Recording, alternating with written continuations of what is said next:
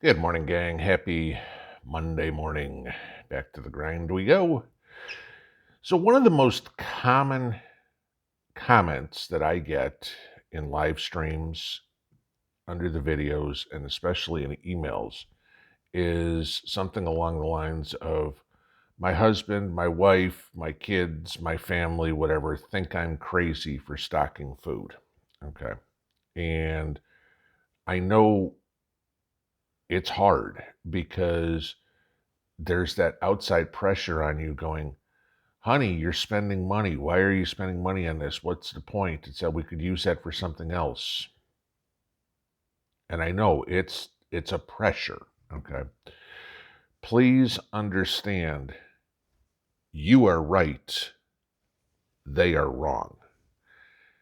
And I'm going to give you all the ammunition this morning that you need to explain that to them, to let them read it for themselves, and maybe they wake up. Okay. If going to the grocery store and seeing prices double, triple, quadruple hasn't done it for them, if going to the store and seeing empty shelves, if turning on the news and seeing farmers dumping milk or plowing under farms, or if hearing about fertilizer shortages or a war on Ukraine or whatever still has them blind, okay, let's go straight to the horse's mouth. And I'm going to give you a bunch of links underneath that you can email to whoever the hell you feel like. So, let's start with the World Food Program. This all came out over the weekend, guys. Every one of these over the weekend. War in Ukraine, World Food Program calls for ports to reopen as the world faces a deepening hunger crisis. Okay? This is the quote from the World Food Program. For the Ukrainian farmers who have remained on their land, many have taken up arms or fled, the future looks bleak. Unable to find enough laborers to harvest crops, their fields will be packed with produce while plates across the world will be almost empty. If the fighting does not stop, the yield from Ukraine's 2022-23 agricultural season could be down by almost half on the year before. Okay? So let's chalk up the war in Ukraine by the World Food Program. Want to continue? German food crisis. German farmers warn of drought-related crop failure on top of grain fuel fertilizer woes. Okay, so we've already gone through the war. Now let's talk about a drought in Europe. Farmers in the east of Germany are warning of a widespread crop failures due to the lack of rainfall in the region. Okay, so let's continue. Italian farmers face crisis as Ukraine war sees animal feed, fuel, fertilizer prices surge. Italian dairy farmers are the latest in the European agri-sector to report an impending crisis as the costs of energy, animal feed, and other necessities are slashing margins and profits and may force some farmers out of business entirely. Okay, so this is 3 articles so far. We have talked about the war in Ukraine, we've talked about a drought in Europe, and now we've talked about shortages in energy and animal feed. Okay? Oh, think I'm done? Nope. Sweden. Swedish farmers may be forced to reduce their harvests by as much as half due to a shortage of manure and fertilizers caused by the conflict in Ukraine and associated sanctions war. Okay, that's 4 different reasons. This comes out of the German Economic Cooperation. This is a German minister. This is probably the scariest comment of them all. Quote, world risks worst famine since World War II. 44 million people around the world are marching towards starvation because Ukrainian grain cannot reach them, and called for the Black Sea ports to be opened so that this grain could be delivered to the needy. Okay. Food prices around the world have grown by 1/3 and have reached record levels. Woman's name is Svenja Schultz. Okay, She added that the bitter message is that we are facing the worst famine since World War II, which could see millions die. Guys, don't say this is just Europe, okay? I'll give you this. How much food is imported to Europe? Imported. How much do they import? About 40%, okay? Brazil is the country they import most of their food from, about 9%. The second biggest country is the United States, about 7%. Okay, then you add Norway, Argentina, China, and Turkey. Okay. But combined, it all comes up to about 40%. That's a lot of freaking food. Now take off what they get from Ukraine and or Russia. There's a food problem in Europe. If there's a food problem in Europe, where are they going to get more? Probably the countries they already import the most food from. Who would that be? What did I just say? Brazil and the United States. So now what is going to happen? We in the U.S. are going to have a shortage of food for all these same reasons. I mean, not drought. We have flood problems. The war is affecting us, okay? Fertilizer prices are affecting us. Gasoline prices are affecting us, you name it, okay? So we're going to have shortages, but we're still producing more than what they're losing. So we're going to start shipping food to Europe to keep them alive. What does that mean for us?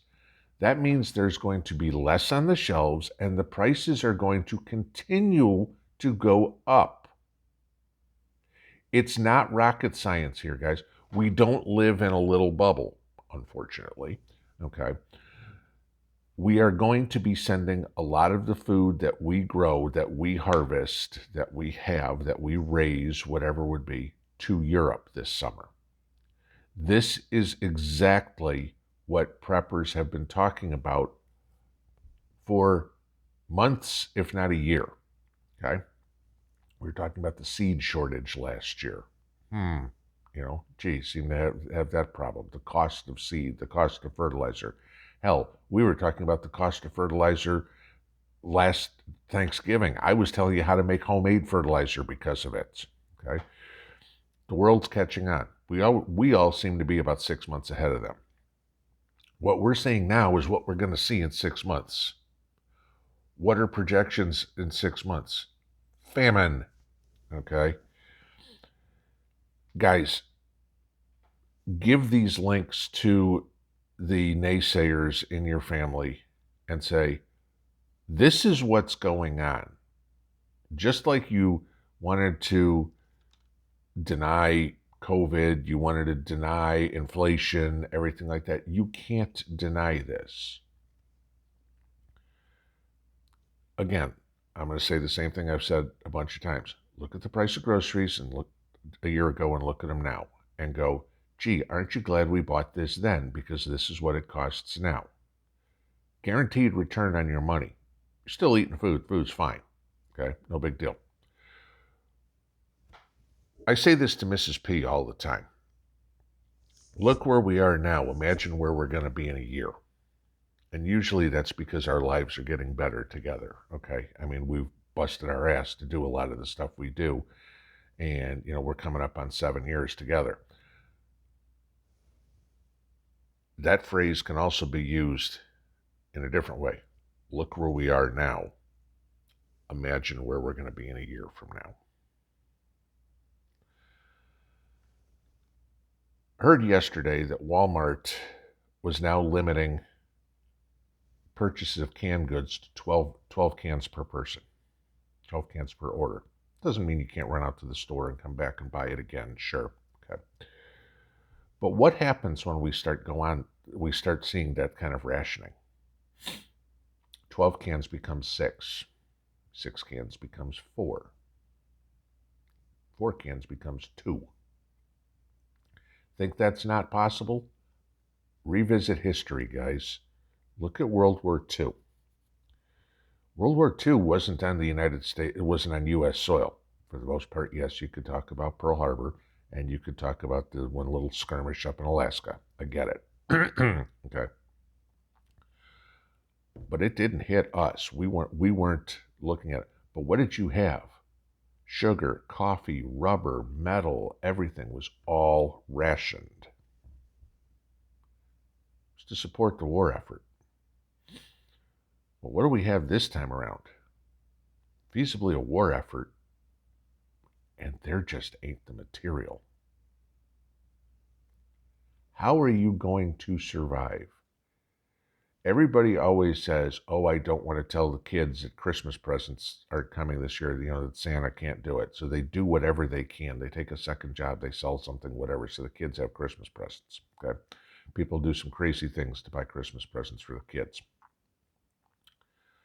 How are you going to tell your kids, I'm sorry, little Joey, I'm sorry, little Mary, there's no dinner tonight?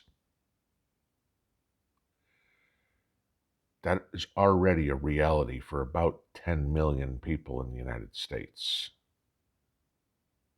What happens when that's 100 million? Think it ain't possible? Yeah. Show this to everybody you know. If they don't wake up from this, screw them. The only thing I would say to do at that point is print out yourself a little piece of paper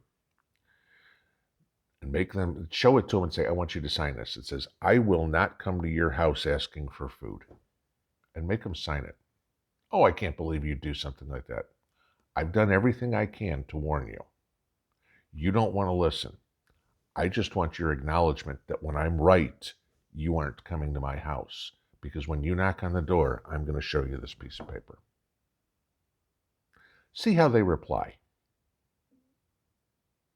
Maybe one or two wake up.